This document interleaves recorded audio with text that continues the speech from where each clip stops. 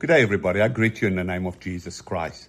Today, we are reading out of Proverbs 9, verse 10, well-known scripture. It says, "The reverent and worshipful fear of the Lord is the beginning." It means it's the chief and choice part of wisdom. And the knowledge of the Holy One is insight and understanding.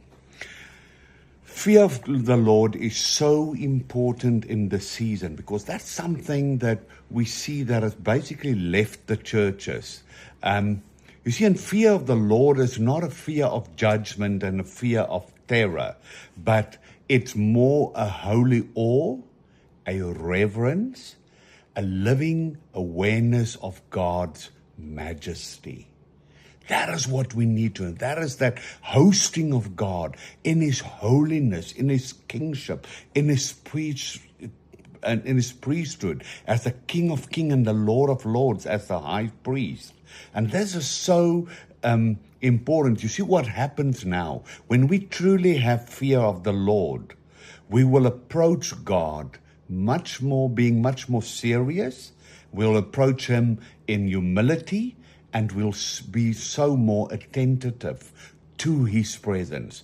It's so more attentive to host Him of whom He is. You see what happens in fear of God. Fear of the Lord can never be separated from faith and love. Because faith and love draws you closer to Him. And when you've got that fear of the Lord, faith and love manifested, because out of fear of the Lord and out of hosting Him, He manifests Himself. And then you get to know Him, you get to get the understanding of Him. Then your faith grows and your love grows. Fear of God basically means, if I had to sum it up, it's the wonder before His holiness. That's that wonder and awe. That's the humility before His greatness. As guarding your heart from sin and as obedience that are born out of love. You see, this is so important, this fear of the Lord. And fear is cast out because of love.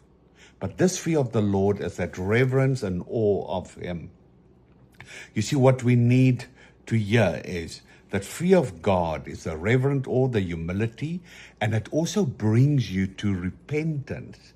You see, repentance is what helps you to stay in that awe. Repentance brings in you into the theosis, that communion, that unity with God all the time. And then we honor Him in everything we do.